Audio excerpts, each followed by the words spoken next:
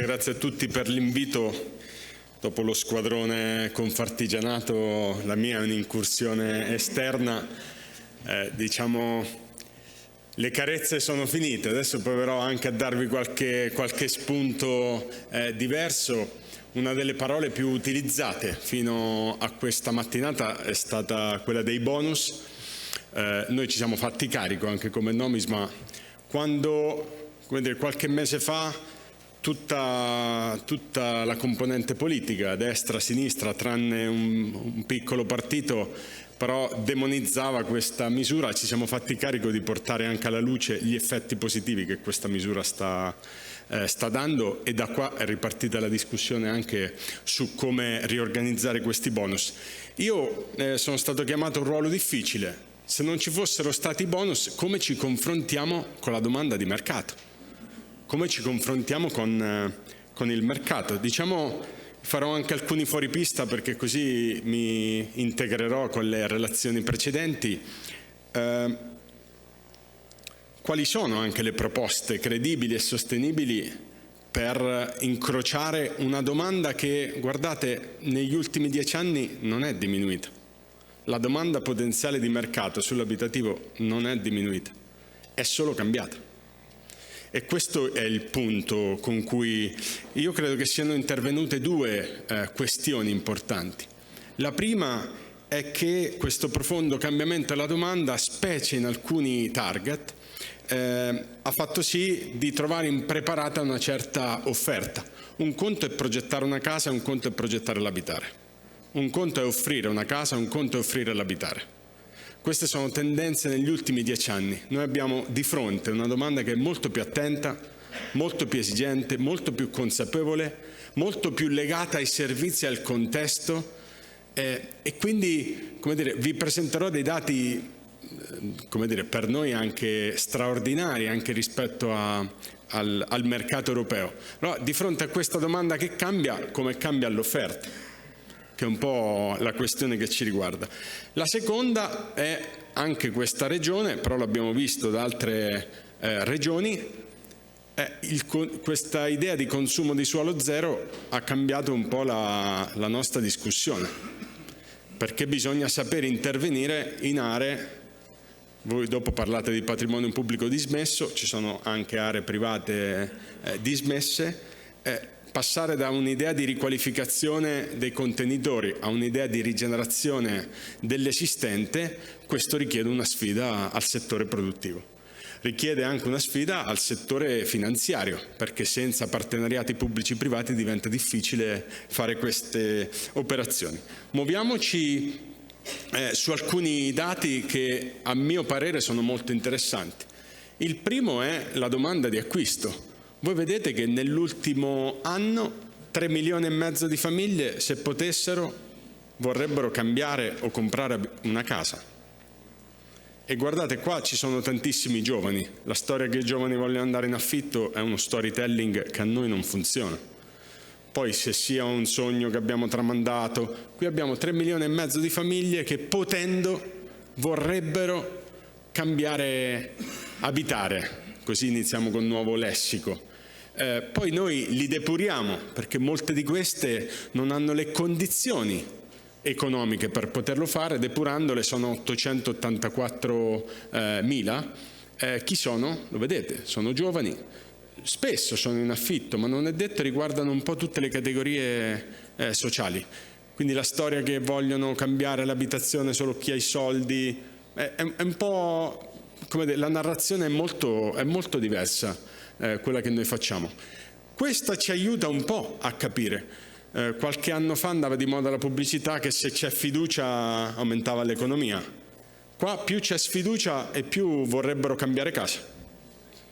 È come se la sfiducia fosse l'input, anzi è come se l'abitare fosse lo stimolo a ritrovare una fiducia familiare. Guardate, questo è molto importante, perché qua significa che quando arriva un figlio, un non autosufficiente, i malati cronici della pandemia, quando arrivano situazioni familiari che tutti qua viviamo, la prima cosa che si pensa è il cambio della condizione abitativa che mi consente di stare meglio.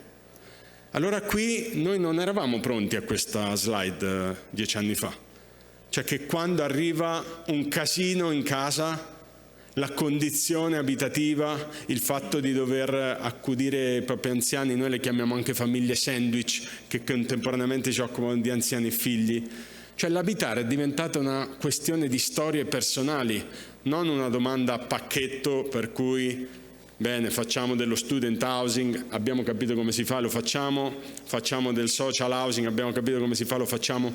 Qui ci sono storie puntuali, però gli sfiduciati oggi, che spesso sono anche quelli un po' in difficoltà economiche, familiari, scapestrati, ma tutti noi perché siamo qua, sono quelli che vorrebbero una nuova condizione abitativa.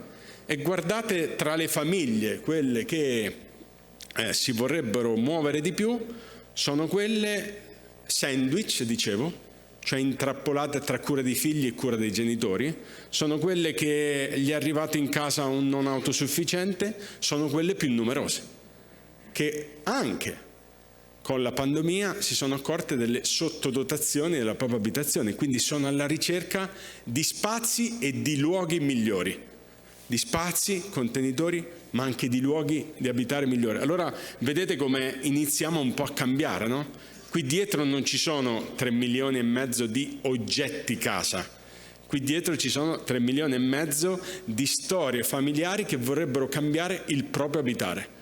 Allora questa è la domanda. Nei confronti di questa nuova richiesta di abitare, l'offerta di abitare, come ci organizziamo? È evidente, no? Che non possono essere soltanto le imprese di costruzione, bisogna cercare un po' un'alleanza. È una domanda che non è più di investimento, lo abbiamo visto, è una domanda che riguarda soprattutto una domanda d'uso, una domanda di sostituzione. Si torna un po' alla vecchia, vedete come si è sottigliata oggi al 5% la componente di domanda per investimento, di fatto è quasi scomparsa. È una domanda che dipende fortemente da mutuo, è una domanda, non ho la slide, che richiede dei valori di uscita, non solo dei prezzi, ma dei valori di uscita consoni. In 10 anni la situazione sociale delle famiglie italiane è profondamente cambiata. Oggi abbiamo il 50% delle famiglie game over. Non riescono più a sostenere 2.000 euro di spesa imprevista. Apro una parentesi. Noi non siamo preoccupati tanto della proposta sul super bonus, ma qualcuno ha verificato l'impatto che dal 110 passando all'80 abbiamo nei condomini, nelle situazioni difficili? Perché a noi risultava che siamo andati al 110 perché avevamo un tema di fortissima vulnerabilità di tantissime famiglie che soprattutto in ambiti condominiali non aveva anticipazione di liquidità e quindi bloccava. E quindi è chiaro che una proposta di riorganizzazione del bonus che da 100 passa a 80, se non gli attacchi un prodotto finanziario che consente ai giovani che hanno già preso un mutuo o all'anziano che ha l'orologio biologico, difficilmente quei lavori passeranno all'interno dei condomini. Noi non abbiamo la soluzione, però in questi mesi lo stiamo facendo. Noi stiamo verificando l'impatto che questo... Avevo detto che le carezze erano finite, quindi... che si crea la discussione è molto interessante, però stiamo verificando l'impatto che una nuova normativa di questo tipo potrà avere. Questo, così come sulla domanda di acquisto, vale anche sulla domanda di locazione. È cresciuta anche la domanda di locazione contemporaneamente, quindi non si sostituiscono a vicenda. Ci sono 1.800.000 famiglie che vorrebbero, che cercherebbero casi in locazione, soprattutto in città. Sapete che tra studenti, nuovi fruitori, nuovi cittadini, turisti e lavoratori temporanei c'è tanto bisogno di offerta in locazione, e questa offerta in locazione, salto un po' di slide, che ha la stessa componente. Cioè spesso sono quelli che hanno più sfiducia o più casino che in un periodo transitorio vorrebbero modificare anche la propria posizione locativa.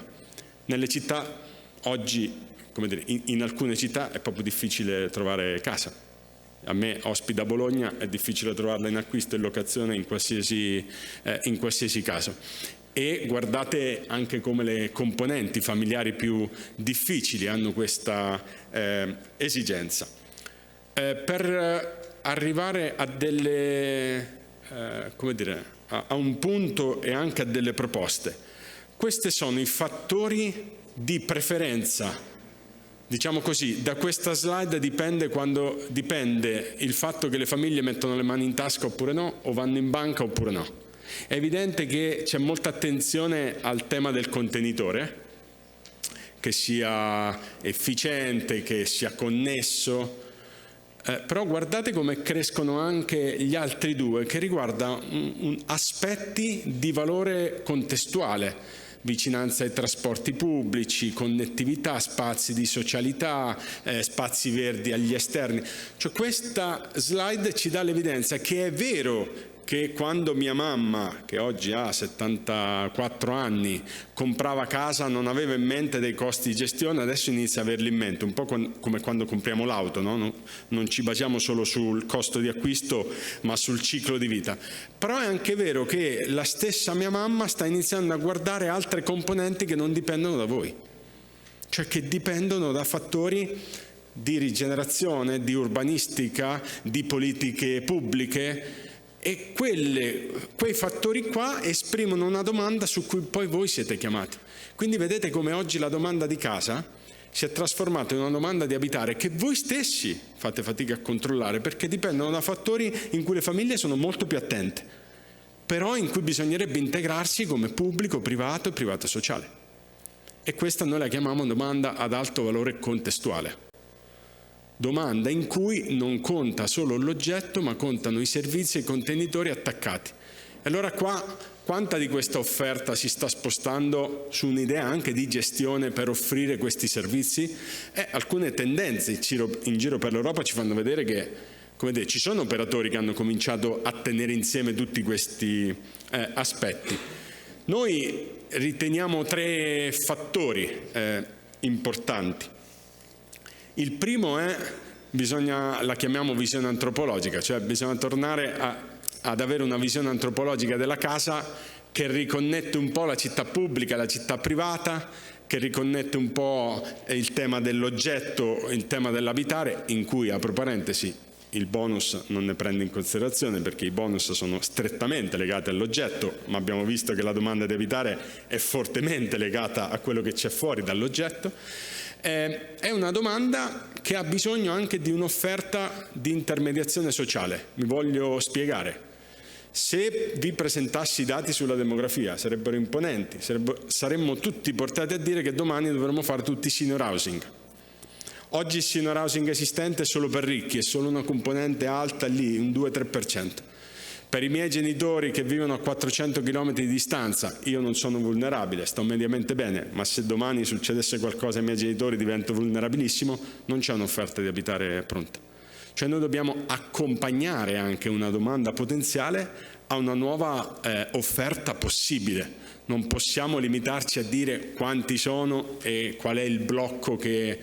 Questa è la difficoltà più forte, cioè come i soggetti di offerta accompagnano anche la potenziale domanda alla costruzione di possibilità. Cosa diciamo noi a tutte quelle famiglie dove arrivano dei problemi sociosanitari e noi che cosa gli proponiamo? Un contenitore? Non li beccheremo mai. Quelli hanno bisogno di un contenitore e di un servizio. Cosa diciamo ai giovani che arrivano o ai nuovi lavoratori, ai nuovi talenti che arrivano dall'estero, vorrebbero insediarsi qua? Col contenitore non li beccheremo mai, hanno bisogno di un'idea di servizi attaccata. Questa è la parte più difficile con cui noi dovremo confrontarci in futuro e che noi abbiamo chiamato abitare arricchito. Quindi già abbiamo cambiato versione, cioè dalla casa all'abitare, ma anche un'idea di un abitare arricchito di tutte queste componenti qua, in cui la brutta notizia è non se ne può far carico solo il pubblico, non se ne può far carico solo il privato, non se ne può far carico solo il privato sociale, ce dobbiamo far carico tutti. È una corresponsabilità condivisa. Qua arrivo a 2 proposte finali e anche il fuori di pista. Dopo so che parlerete di patrimonio pubblico, ma conosco bene gli amici di Smartland, siete in buonissime mani. Io penso che un primo ambito di proposta sia quella legata al bonus. Che cos'è che ci dice questi spunti che vi ho dato? Che le famiglie italiane oggi giovani, sandwich difficili, non vogliono vivere in classe A, vogliono vivere in quartieri in classe A. E se noi non abbiamo un'idea di quale possa essere l'incentivo pubblico che ci aiuti contemporaneamente a creare l'edificio in classe A, ma anche in un'idea di quartiere in classe A, noi faremo molta fatica. Beneficeremo di incentivi pubblici, ma non avremo migliorato il contesto e la vita delle persone. Noi però abbiamo bisogno anche di riorganizzare un unico pacchetto sulla casa, perché uno dei temi italiani più importanti è quello di convincere alcuni proprietari a rendere disponibili le proprie abitazioni per affitti a target diversi. E questo lo sapete che è molto difficile, perché ci si sta spostando molto sulle locazioni breve.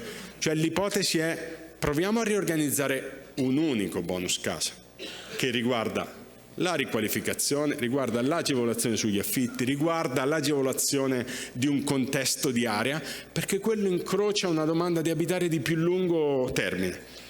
La seconda proposta, il patrimonio pubblico.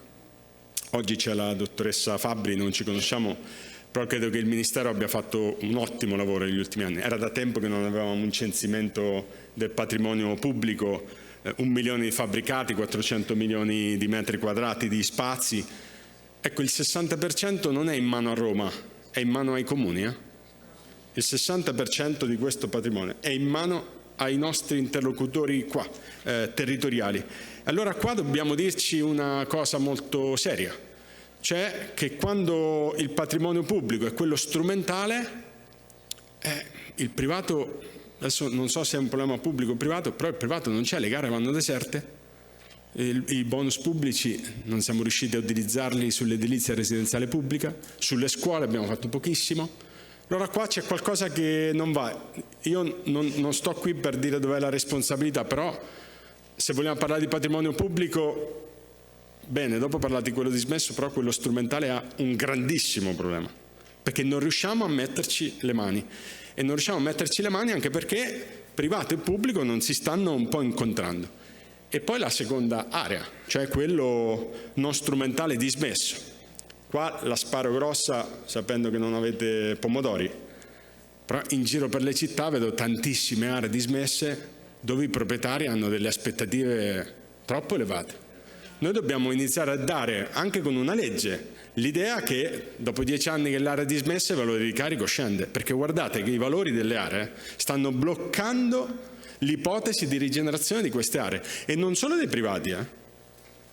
Bologna mi ospita, è piena di aree a proprietà pubblica in cui è lo Stato che ha delle aspettative di valore di carico sulle aree, che non consente poi al mondo produttivo di fare delle proposte, come dire, con una redditività interessante. Quindi credo che siamo alla vigilia di una riorganizzazione di offerta-domanda molto stimolante, però anche molto pratica e seria, quindi scusate per l'incursione e grazie per l'attenzione.